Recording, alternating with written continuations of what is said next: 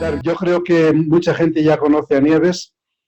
Creo que es la más joven de todo el Ateneo y que es un honor que esté en el Ateneo y que esté en filosofía además. Ya nos ha dado alguna charla en filosofía. Es una doctora en filosofía que tiene un currículum que no sé si Pilar lo ha puesto en la web o en el correo. Habéis visto que tiene un gran currículum.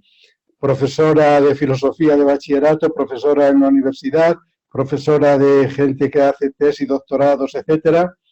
Y bueno, y yo creo que no me gusta a mí mucho esto de decir muchos título, que como dice Montaigne, al caballo hay que admirarlo por lo que corre, por lo fuerte que es y por lo que nos hace falta, y no por los arreos que lleve. Todos los arreos y eso no es lo más importante. Entonces Nieves nos va a demostrar ahora con su charla pues lo que lleva dentro, parte de lo que lleva dentro, que ya nos lo ha demostrado y lo seguirá demostrando, y lo vais a comprobar. O sea que nada más. Nieves, muchas gracias, encantado. Y tú misma ya empiezas presentando tu conferencia y el resumen, que no lo tenía yo aquí a mano, o una especie de sinopsis si la quieres decir, y si no empiezas cuando quieras. Así que tienes la palabra. Muchas gracias, José María. Me alegro de que hayas hablado de caballos, porque yo también hablaré de caballos y de Pegasos en la presentación. Pues el título que he escogido es este, La ficción y la creación de mundos como posibilidad de mejorar el nuestro, por varias razones, pero la más importante de todas es porque pienso que es un poco inquietante, ¿no? Que nos dejemos invadir solamente por las noticias que estamos escuchando todo el tiempo y quizá perdamos lo que tenemos más humano, que es la capacidad de imaginar. Y bueno, yo con esta presentación sobre todo lo que voy a intentar explicar es cómo esto se puede seguir haciendo en la situación que ahora tenemos, ¿no? Y en concreto lo que yo voy a intentar mostrar son varios ejemplos de mis propios alumnos, de cómo ellos han estado practicando la imaginación durante todo el curso y cómo lo siguen haciendo a día de hoy, con los medios que tenemos de manera telemática, pero cómo siguen ejerciendo la imaginación, que yo creo que es una cosa bastante sana, ¿no? De hecho, quiero hablar de las dos cosas, es decir, de cómo de importante es practicar la ficción y practicar, digamos, la imaginación en el ser humano y cómo esto también nos puede ayudar a la segunda parte, ¿no? A la creación de un mundo más humano y, digamos, a mejorar incluso la circunstancia que tenemos. Sí que quisiera señalar desde el principio dos indicaciones. La primera es que toda la conferencia está construida sobre la metafísica de la persona y la metafísica de la vida humana. Y en concreto, pues que los trabajos, muchos de los trabajos creativos que se van a ver, que como se va a poder comprobar, tienen muchísima calidad artística, no son míos, son de los alumnos. Son alumnos de bachillerato, en concreto de primero. Algunos son del año pasado, pero la mayoría son de este año, entonces son muchachas que tienen ahora 16 o 17 años. Bueno, pues vistas estas dos indicaciones iniciales, mi primera pregunta filosófica inicial sería esta: ¿por qué el humano se dedica a imaginar mundos? ¿Por qué el hecho es que podríamos decir que no tiene bastante con los problemas de la vida real, sino que se dedica a imaginar mundos que no son reales? Bueno, pues esta cuestión filosófica tiene su explicación en la metafísica de la vida humana de Ortega y Gasset, y es la cuestión que él decía, que en el fondo el humano es una especie de centauro ontológico, como este que se ve en la pantalla ahora, ¿no? Un centauro, como bien sabemos, es un animal mitológico que es dual. Tiene la mitad de su cuerpo semejante al cuerpo de un caballo y la otra mitad de su cuerpo es plenamente humano. Pero su ser, podríamos decir, es un ser dual, es un ser metafísicamente dual. La mitad de su ser está, digamos, con los pies en la tierra, nunca mejor dicho, y la otra mitad de su ser es un ser, digamos, imaginativo, es un ser con racionalidad.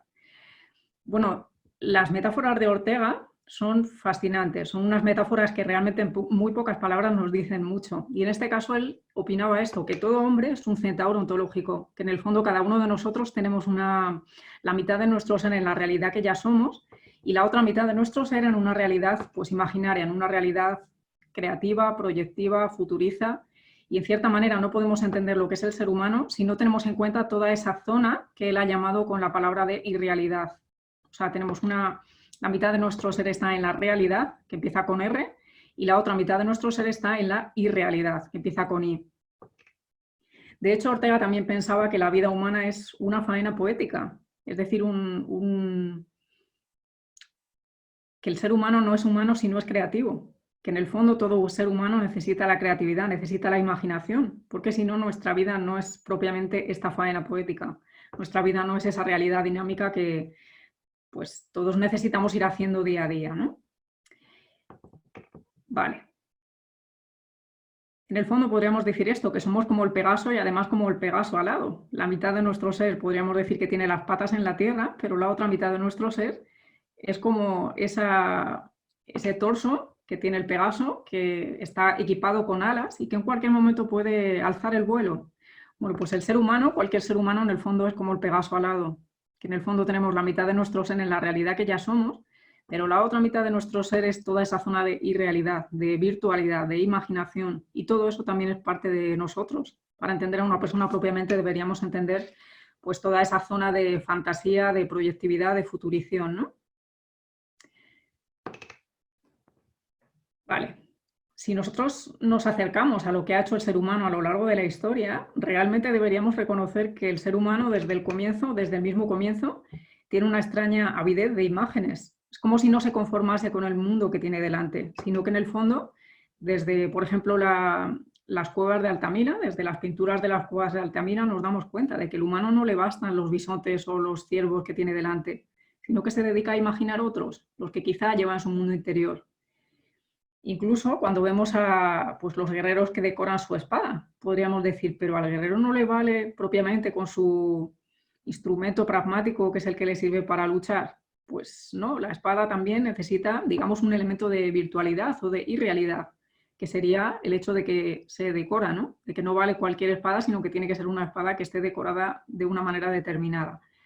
Incluso María llama la atención sobre el niño, ¿no? Cuando nosotros observamos al niño, a muy poco tiempo después de nacer, resulta que le interesan mucho los colores, resulta que le interesan las imágenes. No le basta con solamente el mundo que tiene delante, sino que de alguna manera necesita imaginar. Y muy poco tiempo después de empezar a hablar, resulta que lo que le gusta es ver cuentos, que le cuenten cuentos y sobre todo ver cuentos, ver imágenes. Bueno, desde el punto de vista de Marías esto no es casual, porque el ser humano se alimenta de imágenes. En cierta manera es como que tenemos esa especie de mundo interior, de irrealidad, y ese mundo irreal, ese mundo de virtualidad se alimenta con imágenes, ¿no?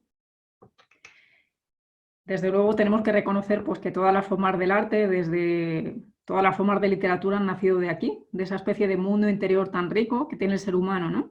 De ahí pues, nos podemos encontrar la épica, el poema, el drama, la novela, el teatro, y en los tiempos más recientes, pues el cine, incluso la televisión o las series o los cómics, que son quizá otro arte de nuestro tiempo, ¿no? Donde volcamos toda esa especie de mundo interior, toda esa avidez de imágenes. ¿Por qué el humano crea esto? Repito que la pregunta filosófica sería un poco esta. ¿Por qué el humano necesita mundos alternativos o mundos imaginarios cuando ya tiene bastantes problemas en el mundo real? La situación que nosotros vivimos ahora podríamos decir que es así, ¿no? No tenemos bastante con los problemas que ya tenemos, sino que, digamos, la gente necesita ver series o alimentarse de otras ficciones que no son las que pasan en el mundo real.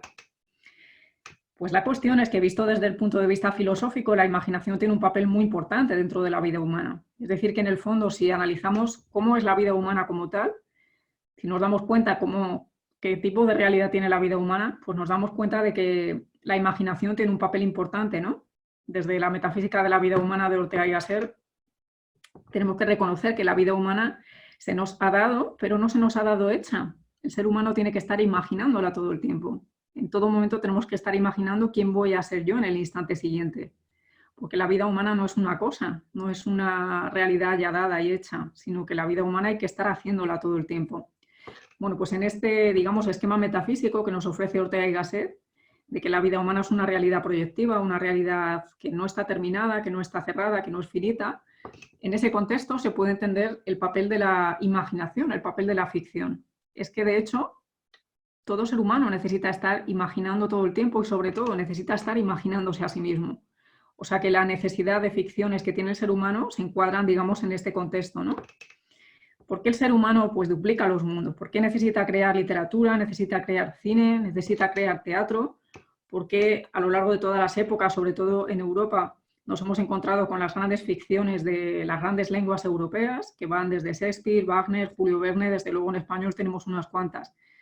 Pues por esta razón, porque en el fondo el ser humano es más humano cuando, digamos, cultiva toda esa irrealidad, cuando cultiva la virtualidad y la ficción. Y el hecho es que toda forma de arte pues tiene esta mezcla, ¿no?, de realidad y de virtualidad.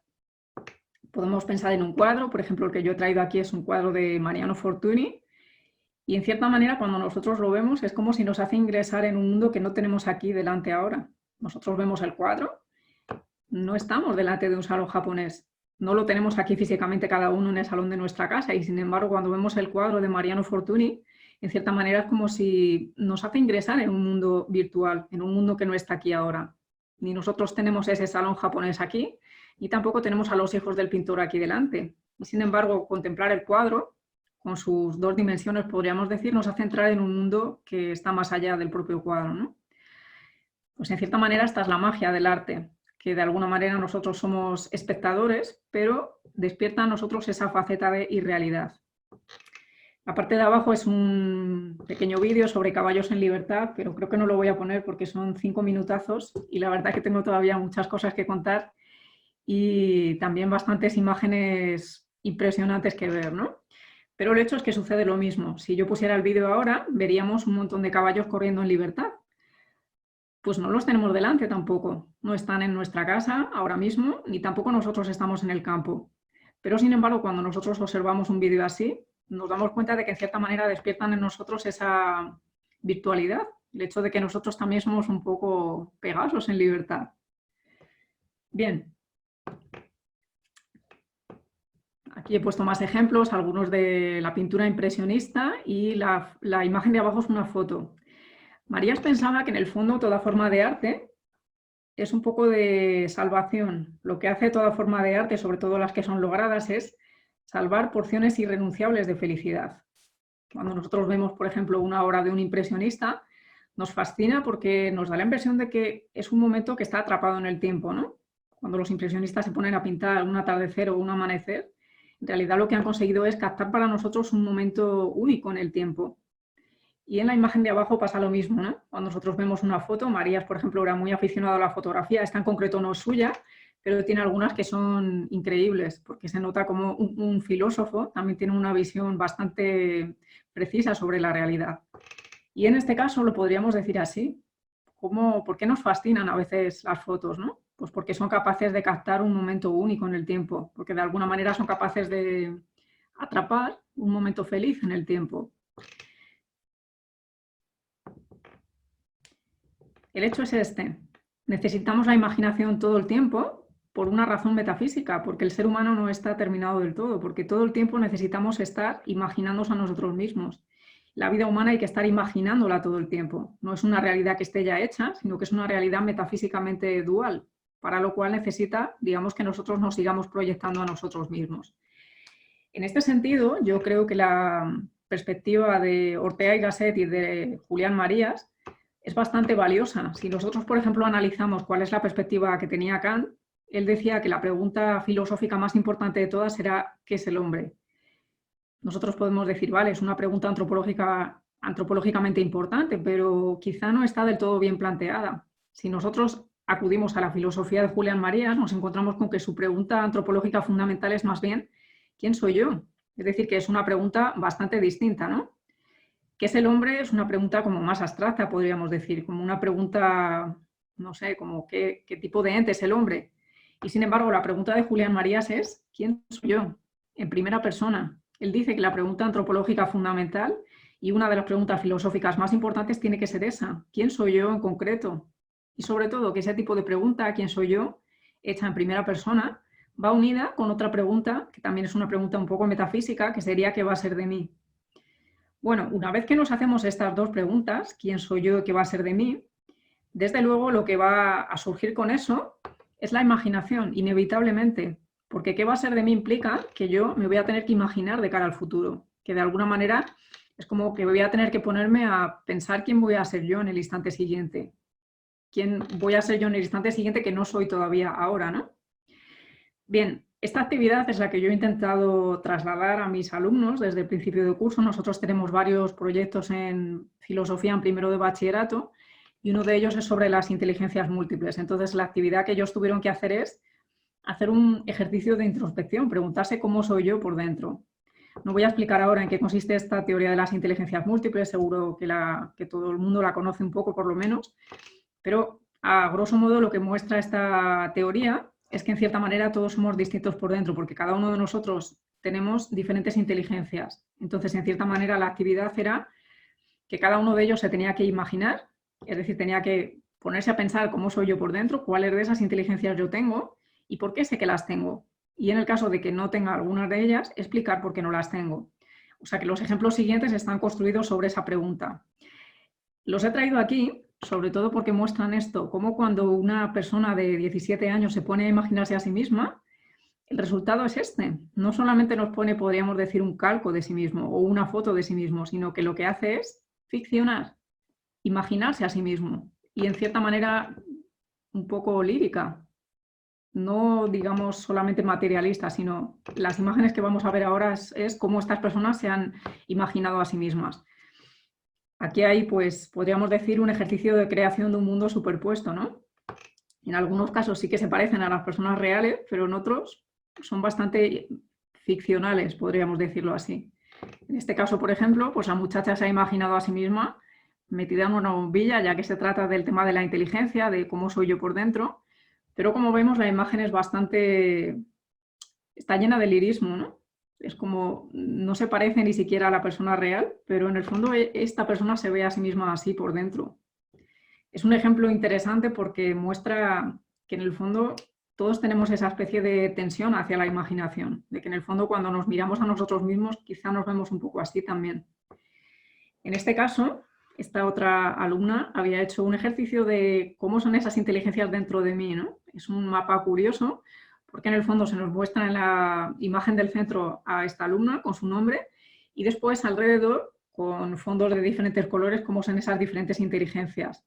Por ejemplo, la que está en color azul, sobre el fondo azul es la inteligencia lógico-matemática, se la ve ahí con objetos matemáticos y así sucesivamente. Hay una imagen ahora posterior en la que se ve la imagen ampliada y también me gustaría llamar la atención sobre las que están a un lado, ¿no? En el caso de arriba es otra chica, Clara, que se ve a sí misma, podríamos decir, como una mariposa bastante grácil.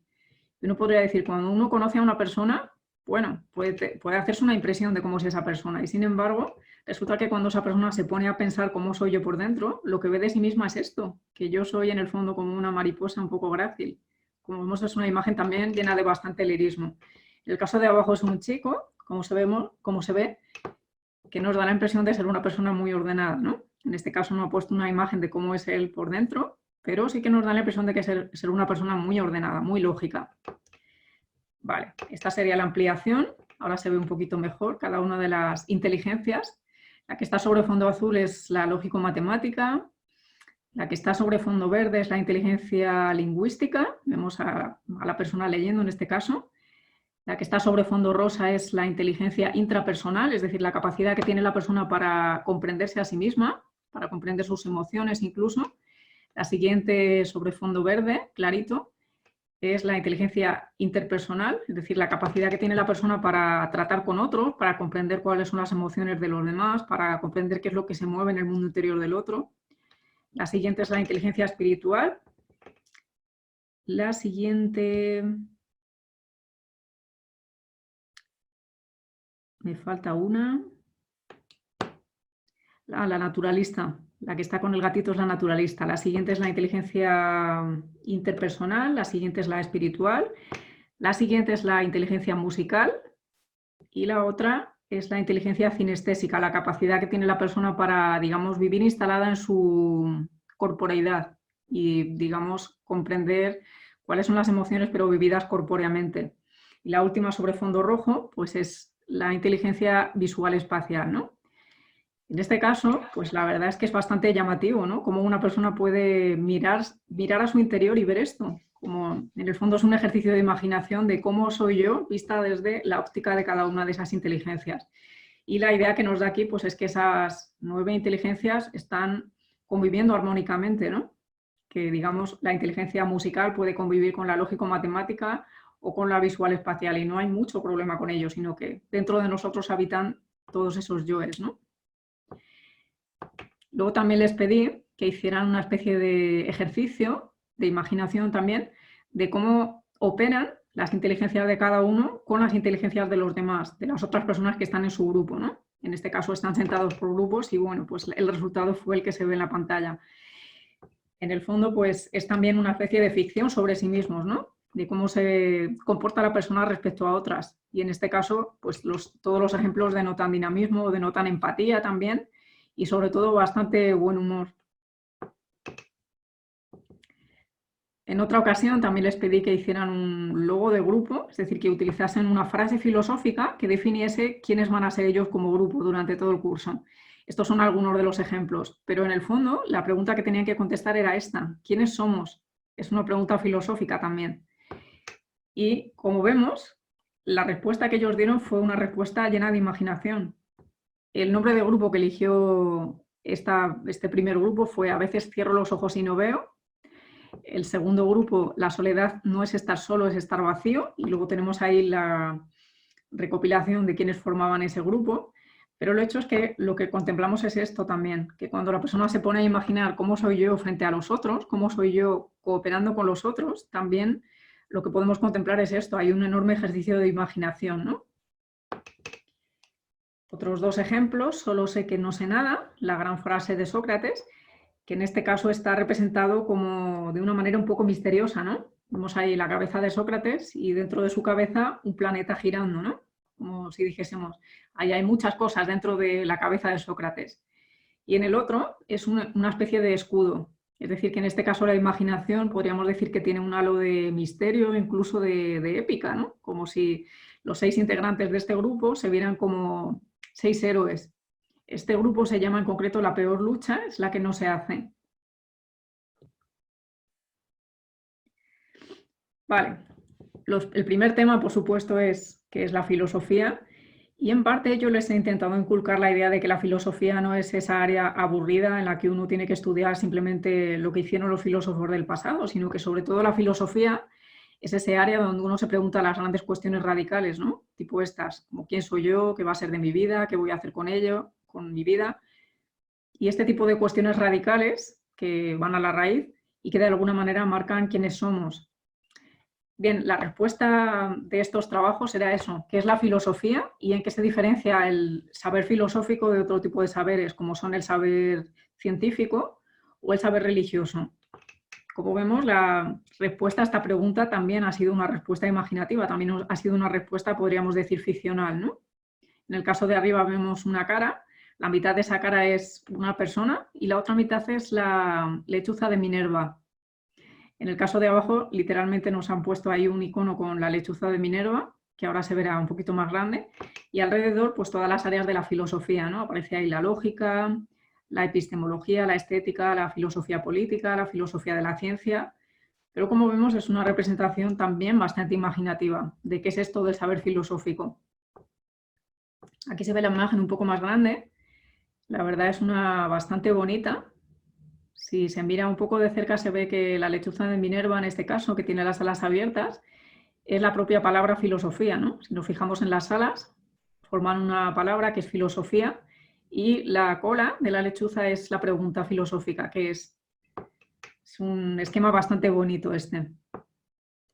Sobre todo tiene un rostro bastante notable, ¿no? Es como si nos hubiera intentado representar la persona que lo ha hecho, que la filosofía en el fondo es un saber inquisitivo, es decir, que busca evidencias en la realidad, que es un saber lúcido, no se conforma con cualquier tipo de saber y sobre todo que es un saber muy bello.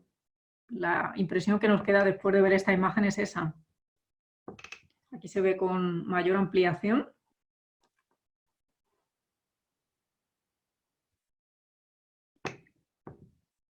En este caso, la respuesta a estos trabajos sería qué tipo de saber es la filosofía y en qué se diferencia respecto a otros tipos de saberes, ¿no? En este caso, como vemos, pues también son representaciones bastante imaginativas de este tipo de saber. En este caso se ve en qué se diferencia el saber filosófico, que es el que está sobre fondo amarillo, frente al saber religioso, que sería el que está sobre fondo rosado, y el saber científico, que es el que está sobre el fondo verde.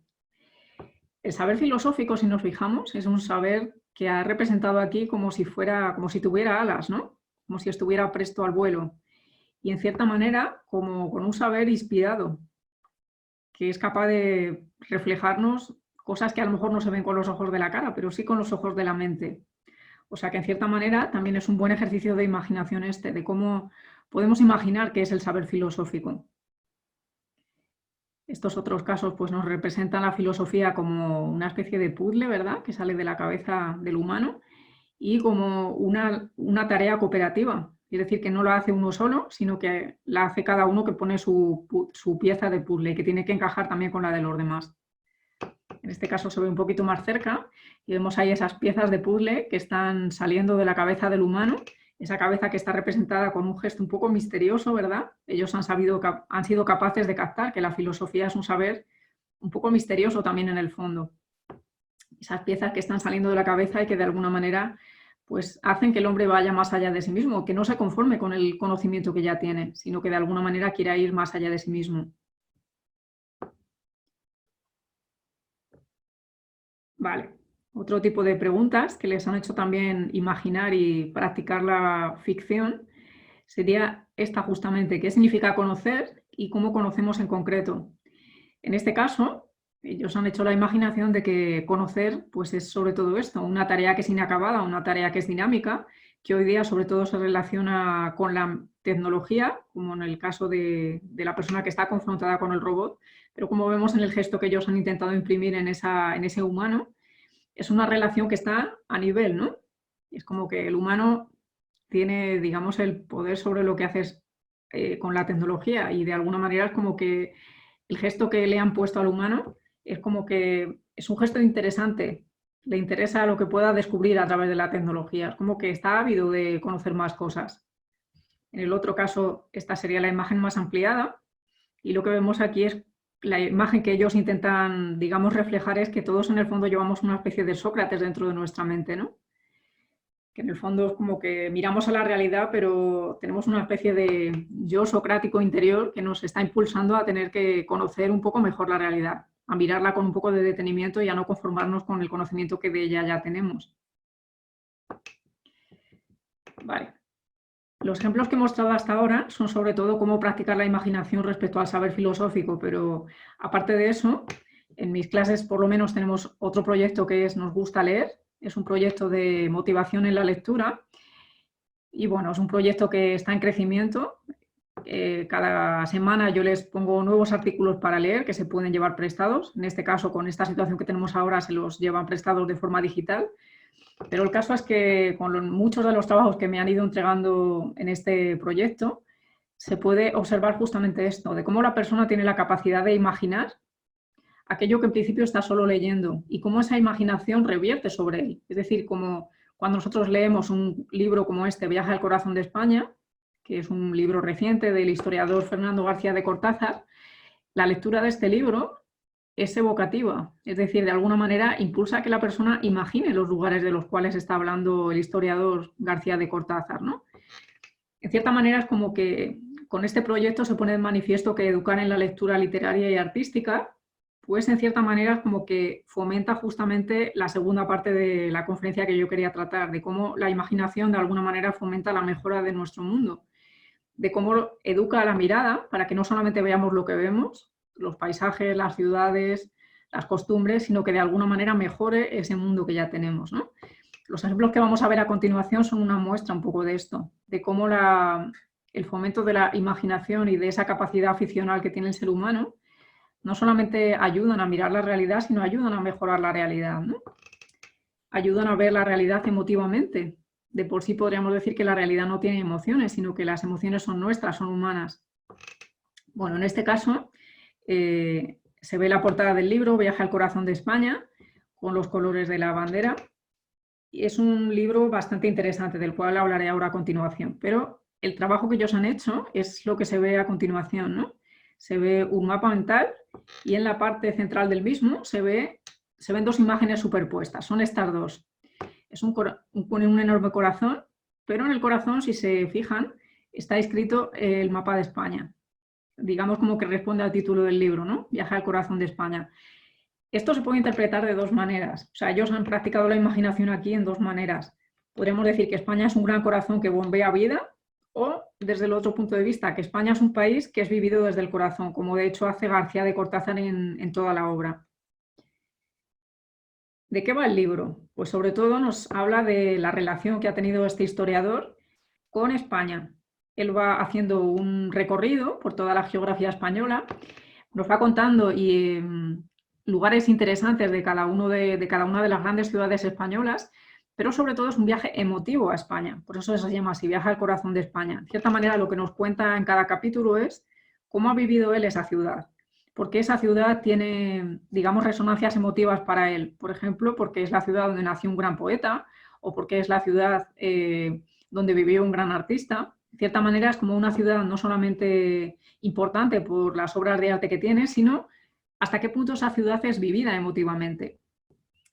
Bueno, aquí está otro trabajo que tuvieron que hacer sobre ese texto, que es un cómic cognitivo. El cómic es un tema interesante para ellos porque es una forma de arte bastante visual. Ellos tienen mucha inteligencia visual espacial y sobre todo también porque son una generación que ha crecido pues con todo esto, ¿no? Quizá con pocas palabras, pero con muchas imágenes. Entonces, para ellos expresa muchísimo más contar las cosas con imágenes que contarlas con palabras. En este caso, lo que ellos tenían que hacer era contar ese texto, que era el comienzo de este libro, Viaje al corazón de España, con unas pocas viñetas. Entonces, en este caso, ellos lo han contado de una manera también bastante imaginativa, ¿no? Son las siguientes, que se ven ahora en grande. Esta es la infancia de García de Cortázar, desde su Bilbao natal, y aquí se ve pues, que estaba rodeado de la música popular, de los bailes populares también, y pues de la poesía vasca. Vemos ahí un libro que es representativo de la poesía que él leía desde que era pequeño. Crece un poquito más y nos encontramos aquí a García de Cortázar adolescente, cuando ya empieza a leer pues, grandes obras españolas, podríamos decir, de la literatura española, ¿no? Le vemos aquí rodeado imaginativamente, con ese bocadillo, digamos, imaginativo, de Don Quijote, de Sancho Panza, de los molinos de Castilla-La Mancha, de las obras literarias, de los cuadros, de los grandes cuadros del arte español y también de la música española. Por ejemplo, tenemos ahí partituras de Falla, de Granados, de Albéniz. Esto es lo que él cuenta al comienzo de este libro, ¿no? De cómo poco a poco su encuentro con España fue así también. Gracias a la música, gracias a la literatura, gracias al arte. Aquí vemos la juventud del escritor cuando, como cuenta él, decide estudiar historia y marcharse a la Universidad de Salamanca, que la vemos ahí un poco difuminada en el fondo del dibujo. Aquí, pues evidentemente conoce otras tierras distintas a las suyas vascas natales, conoce el paisaje castellano, conoce también el Lazarillo de Tormes, es decir, un símbolo de la literatura que va conociendo en esa época, y también de alguna manera se encuentra con la historia como tal, con el estudio de la historia. Todos los iconos que vemos ahí, encima de García de Cortázar joven, de alguna manera representan esa parte imaginaria, ¿no? Hasta qué punto la historia gravita sobre nosotros. La historia no está aquí directamente, podríamos decir, pero en cierta manera está gravitando sobre nosotros, configura cómo somos por dentro. Aquí hay otra viñeta en la cual representa todos los viajes que él dice que fue haciendo que ha ido haciendo a lo largo de su vida, ¿no? Bien sea como miembro de tribunal en tesis doctorales, bien sea como el oficiante de las bodas, porque García de Cortázar es un sacerdote jesuita y ha viajado por toda la geografía española también por esto, por el hecho de que él ha casado a muchas parejas, ¿no? O también en muchas ocasiones ha viajado por varias partes de España simplemente como un viajero, como una persona que quería ir a conocer rincones de su país, ¿no? Tal y como cuenta en su libro. Y en la última viñeta es bastante curiosa porque le representa justo en el momento en el que está escribiendo este comienzo de su libro, ¿no? De Viaje al corazón de España. Y sobre todo la voluntad que tiene pues, de reflejar esa larga experiencia con España en este libro. Como vemos, pues es una manera bastante imaginativa de presentar al escritor, ¿no? Dice así: este libro cuenta España a través de todos mis viajes, desde mis primeros desplazamientos con mis padres hasta hoy, hasta el momento en el que estaba escribiendo el comienzo de ese libro. Más ejemplos de viajes y más ejemplos de cómo, digamos, despiertan la imaginación de estos muchachos y muchachas de 17 años que en muchas ocasiones no conocen todavía estos lugares. Por ejemplo, este texto es sobre un fragmento de Gregorio Marañón que se llama así: En tren por Extremadura con Gregorio Marañón. Lo que simboliza el dibujo es los raíles del tren, ¿no? Como cuando nosotros vamos viajando en esos raíles, vamos a parar a Cáceres, seguimos, nos encontramos con la figura del Marqués de la Vega Inclán, que era un gran amigo de Gregorio Marañón, y así sucesivamente, ¿no? En cierta manera es como que nosotros hacemos también un viaje cuando vemos este dibujo. Otro viaje, este sería un artículo de Julián Marías que se llama Un castillo en Boston, y lo que vemos en la imagen pues es un personaje que va caminando y que de alguna manera tiene todo ese mundo interior dentro, ¿no? Este es uno de Salvador de Madariaga, que se llama Bosquejo de Europa, y en este caso lo que han intentado reflejar son esos grandes escritores de la cultura europea, que también conocía Salvador de Madariaga. Aquí una versión imaginativa de Europa. Aquí es una imaginación de Filipinas, ¿no? Entre los alumnos pues hay varios y varias que son de ese país, y pues yo les ofrecí la posibilidad de leer un artículo que se llama Filipinas única. En este texto pues se habla sobre la cultura filipina, pero evidentemente también habla sobre la historia española que nosotros compartimos con ese país, con personajes relevantes, con el uso del español como lengua, con los animales tipo el tarsero o incluso con algunos elementos ficcionales, ¿no? Y pues todo esto lo ha reflejado de una manera bastante bonita en la imagen. También han realizado esto con algunos textos de historia. Por ejemplo, este curso se recordaba la gesta de Magallanes y de Elcano, y a comienzo de curso pues tuvieron que hacer un trabajo sobre esta cuestión. Y en esta imagen en concreto, en este mapa mental, lo podemos ver cómo para ellos ha sido una manera imaginativa de acercarse a este gran momento de la historia española, ¿no? Como vemos ese barco ahí que está luchando contra todas las tempestades y contra las enormes olas, y de alguna manera es capaz de culminar esa gesta, ¿no? Incluso esta capacidad imaginativa, pues podríamos decir que les lleva a imaginar la historia, incluso a, digamos, rectificar la historia, en el sentido de que ellos muchas veces reciben la leyenda negra, reciben una interpretación un poco errónea de lo que ha sido la historia española. Y este ejercicio de acercarse a ciertos textos que les ayudan a ejercer la imaginación, en cierta manera es como enderezar esa visión errada de la historia española. En este caso vemos un par de ejemplos, ¿no? Algún artículo sobre Hernán Cortés, otro sobre 12 libros que combaten la leyenda negra española. Y después este ejercicio de imaginación y de ficción pues también lo ejercen directamente sobre otro tipo de textos que podríamos decir son más filosóficos, ¿no? En este caso tenían uno que era Amor y responsabilidad del filósofo polaco Karol Wojtyła, y en este mapa mental pues reflejaron eso, cómo es la idea que tiene este filósofo sobre que el amor auténtico no puede llevar nunca a usar a otra persona, a utilizarla como si fuera una cosa, ¿no? Este es el cómic que hicieron sobre el mismo texto. Este es de uno de Julián Marías también, que se llama Amor y enamoramiento. Y en la imagen de la derecha se puede ver que efectivamente ellos han utilizado su imaginación y su capacidad para proyectar en digamos, en ese avioncito que sale volando, ¿no? O sea, su idea es esto, que el amor no es una cosa que esté ya hecha, sino que es un proyecto que hay que construir, que hay que hacer día a día. Incluso en muchas películas, o sea, en muchos artículos sobre películas que también pueden llevarse prestados, se ve esta capacidad de ficcionar que tienen. Y no solo de ficcionar, sino de proyectar ese mundo que es un poquito mejor, ¿no? Uno de los artículos que tienen más éxito es este, Los Increíbles 2, que es una película en la cual toda la familia son superhéroes, cada uno tiene unos poderes distintos y en cierta manera se complementan bien, ¿no? Tienen los habituales problemas que tiene toda familia numerosa con 3 hijos pequeños, alguno de ellos un adolescente, pero el caso es que es una película que muestra esto, cómo en el fondo la imaginación mejora la realidad, como cuando hacemos ese ejercicio de imaginación mejora nuestra realidad cotidiana. Aquí se ve un poco más grande cómo son los poderes, cómo es el nombre y cómo son los poderes que tiene cada uno de los miembros de esta familia curiosa. Esta sería sobre la película Vaiana, en la cual se nos presentan pues una mujer joven que está llena de personalidad, de carácter y sobre todo que es capaz de asumir responsabilidades. Entonces, en este caso, para ellos, el ejercicio de imaginación ha sido esto, cómo el cine les ayuda justamente a esto, a proyectarse a sí mismos, a verse un poco también como Vaiana. Y ahora hay varias películas que son japonesas, que les suelen gustar bastante también.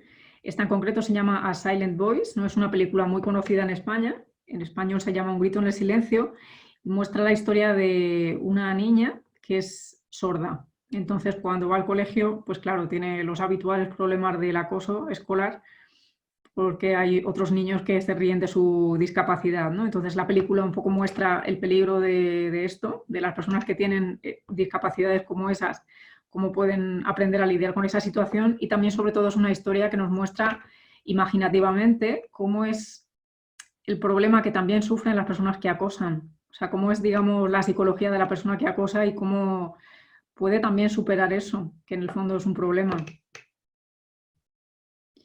Esta otra se llamaría Your Name y la imagen pues nos muestra la historia como tal, ¿no? Que son dos jóvenes que no están físicamente juntos, pero que en el fondo se imaginan, que es la cuestión que a nosotros nos interesa aquí. Incluso esta, que es una muy reciente, que se llama El amor está en el agua, y sobre todo lo que nos revela aquí la imagen es la capacidad de imaginar con lirismo, que es un elemento bastante interesante dentro de la vida humana, ¿no? Y sobre todo cómo esta película les ha ayudado a cuestionarse por las grandes preguntas del ser humano, tipo la muerte, tipo el futuro de la persona. Es decir, que en cierta manera la imaginación también nos ayuda a construir de una manera auténtica nuestra propia vida. Bien, ya llegamos al final porque no quisiera terminar sin esta cuestión. Evidentemente mi asignatura es una asignatura que propicia hacerse preguntas radicales, preguntas de esas que van a la raíz, preguntas existenciales, y en cierta manera pues también ayuda a esto, a cómo sería posible imaginar a Dios. Este es un artículo que muestra esta imaginación, esa posible imaginación, digamos, filosófica, ¿no? En este caso es un artículo del filósofo Ortega y Gasset que se llama Dios a la vista. Es un artículo bastante cortito, pero muy sugerente. Y pues digamos como que el trabajo que ha hecho el alumno en este caso muestra esa especie de imaginación, ¿no? De cómo la filosofía puede ayudar también al hombre a hacer ese sano ejercicio de imaginación que es imaginar a Dios. Bien, llegamos ya al final. No quisiera pasarme del tiempo que se me ha asignado. Quizá hay alguna pregunta. Y recapitulando, pues sería algo así como qué es lo que nos aporta la ficción o la creación imaginativa. Y por el recorrido que hemos hecho, podríamos hacer un resumen.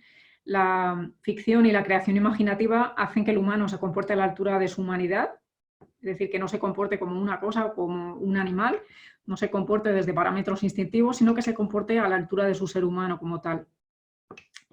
Practicar la imaginación, practicar la capacidad imaginativa, ayuda al hombre a imaginarse a sí mismo, cosa que metafísicamente hablando, como ya conté al principio, tenemos que estar haciendo todo el tiempo todos. Nos ayuda también a imaginar a los demás, a desarrollar esa gran capacidad que es la empatía. Nos ayuda a imaginar la propia historia, incluso cuando a veces la recibamos un poco deformada, e incluso quizá nos ayuda pues, a imaginar a Dios. Hasta aquí mi conferencia, no sé si habría alguna pregunta. Bueno, muchas gracias, Nieves. Creo que ha sido magnífico todo. Esta mañana estaba yo contestando a un compañero profesor que se quejaba de que los sistemas educativos de cada país, que si hacía falta mucha más financiación, mucho dinero, muchas cosas. Yo creo que todo está bien, pero yo de vez en cuando digo, la mejor pedagogía que debe tener un profesor es tener ganas. Y creo que tú demuestras, Nieves, cada día las ganas que tienes para hacer todo lo que haces, para mover a los chicos. Bueno, no voy a decir nada más, que me ha parecido maravilloso, y creo que ahora quien quiera preguntarte algo, pues ven un poquito, pues no sé, cómo vibran tus alumnos contigo y tú con ellos. Gracias por todo, me ha parecido fenomenal. Muchas gracias.